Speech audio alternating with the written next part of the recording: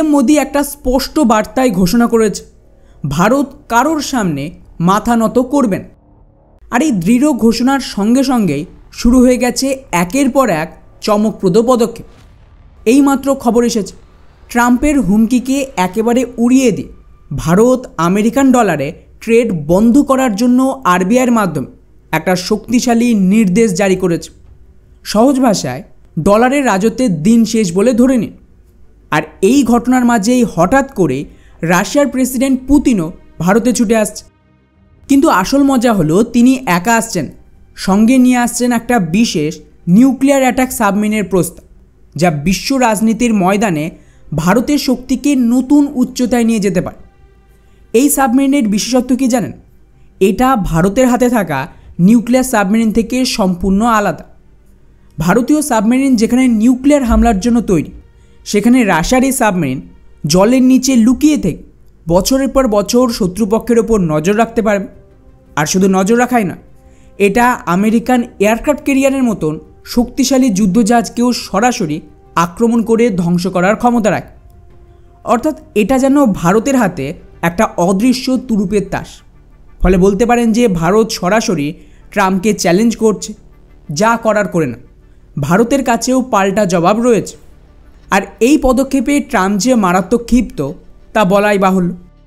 তাই আজকের এই ভিডিওতে আমরা গভীরভাবে জানব কিভাবে ভারত ডলারকে এক লাথিতে সরিয়ে রুপিতে ট্রেডের নির্দেশ দিয়েছে, এতে আমেরিকার কতটা ক্ষতি হতে চলেছে, কিভাবে ভারত চুপচাপ ডলারের উপর একটা নিউক্লিয়ার স্ট্রাইক করে দিয়েছে, আর পুতিনের ভারতে আসার আসল রহস্যটাই বাকি, তার দেওয়া এই নিউক্লিয়ার সাবমেরিন কতটা শক্তিশালী হবে, এবং সবচেয়ে গুরুত্বপূর্ণ কিভাবে ভারত ট্রাম্পের বিরুদ্ধে নিজের গুটি সাজাচ্ছে, যাতে আমেরিকা সহ গোটা বিশ্বে একটা ভয়ঙ্কর অর্থনৈতিক সংকটের আগমন ঘটতে চলেছে। সমস্ত প্রশ্নের উত্তর পাবেন আজকের এই ভিডিওতে। প্রথমে কথা বলা যাক কিভাবে ভারত আমেরিকান ডলারের ওপর সরাসরি আঘাত এনেছে। যে মুহূর্তে ট্রাম্প ভারতের ওপর 50% ট্যারিফ আরোপ করলেন, তখনই ভারত সরকারের নির্দেশে রিজার্ভ ব্যাঙ্ক অফ ইন্ডিয়া মানে আরবিআই একটা বিপ্লবী পদক্ষেপ নিয়েছে। তারা ভস্ত্র অ্যাকাউন্ট তৈরির নিয়মকে পুরোপুরি বদলে দিয়েছে। এখন থেকে ভারতের সমস্ত বড় ব্যবসা যা অন্য দেশের সঙ্গে হবে, তা কিন্তু ডলারকে পাশ কাটিয়ে সরাসরি স্থানীয় মুদ্রায় করা যায়। আর এর জন্য ভস্ত্র অ্যাকাউন্ট খুলতে কোনো রকম সরকারি বা আরবিআইয়ের অনুমতিরই প্রয়োজন। অর্থাৎ ট্রাম্পের ট্যারিফের জবাবে ভারত ডলারকে একেবারে অকেজো করে দেওয়ার পথে হাঁটছে। এখন প্রশ্ন হলো, এতে আমেরিকার কতটা ক্ষতি হবে? তো দেখুন, বছরের পর বছর ধরে ভারত আর অন্যান্য দেশ ডলারে ট্রেড করছে, যার জন্য সুইফট সিস্টেমের মতন গ্লোবাল মেকানিজম ছিল। কিন্তু নিজেদের মুদ্রায় ট্রেড করতে গেলে, যেমন ভারত রাশিয়ার মধ্যে রুপি রুবেল বা চীনের সাথে ইউয়ান রুপিতে, কোনো সুনির্দিষ্ট ব্যবস্থা ছিল না। ভস্ত্র অ্যাকাউন্ট খুলতে গেলেও আরবিআইয়ের অনুমোদন লাগত। ফলে এক প্রকার বলতে পারেন বাধ্য হয়েই সকলে ডলারেই ট্রেড করত। কিন্তু এখন কি হয়েছে? ভারত সরকার সেই বাধাকেই তুলে নিয়েছে। আরবিআই ব্যবসায়ীদের খোলা ছাড়পত্র দিয়েছে যে কোনো অনুমতি লাগবে না, অনুমতি ছাড়াই ব্যাংকে ভস্ত্র অ্যাকাউন্ট খুলে নাও, যে কোনো দেশের সাথে রুপিতে ট্রেড শুরু করো। এবং এতে সবচেয়ে বেস্ট পার্ট, আমেরিকার স্যাংশনের কোনো ভয় নেই। আর এর মানে হলো ভারত কিন্তু সরাসরি ডি-ডলারাইজেশনের পথে একটা শক্তিশালী সংকেত দিয়েছে।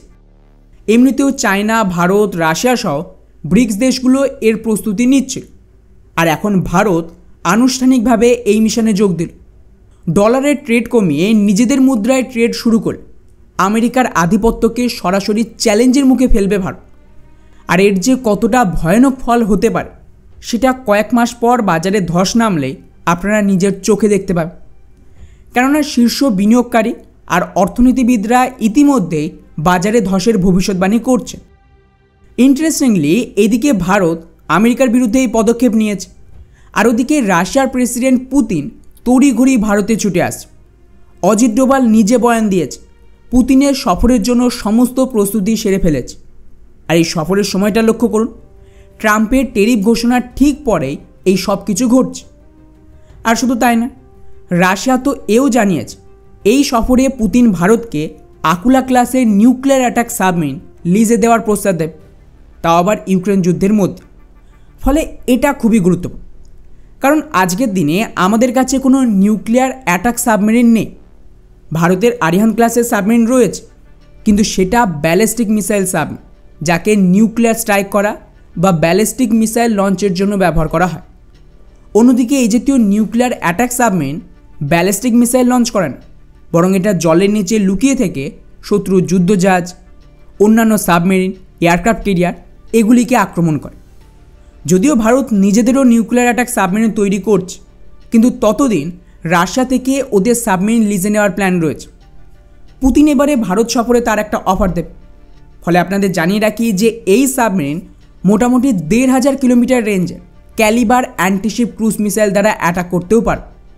ফলে স্বাভাবিকভাবে এই সাবমেরিন ভারতের হাতে এলে শত্রুর যুদ্ধজাহাজ বা এয়ারক্রাফট ক্যারিয়ারকে দূর থেকেই ধ্বংস করা সম্ভব হবে। আর এতেই ট্রাম্পের ক্ষোভ আরও বেড়ে গেছে, কারণ ভস্ত্র অ্যাকাউন্ট দিয়ে ডলার ছাড়া ট্রেডের নির্দেশ, তারপর পুতিনের সফর। খুব সম্ভবত ভারত আর রাশিয়া দুই দেশ মিলে বড় কিছু পরিকল্পনা করছে।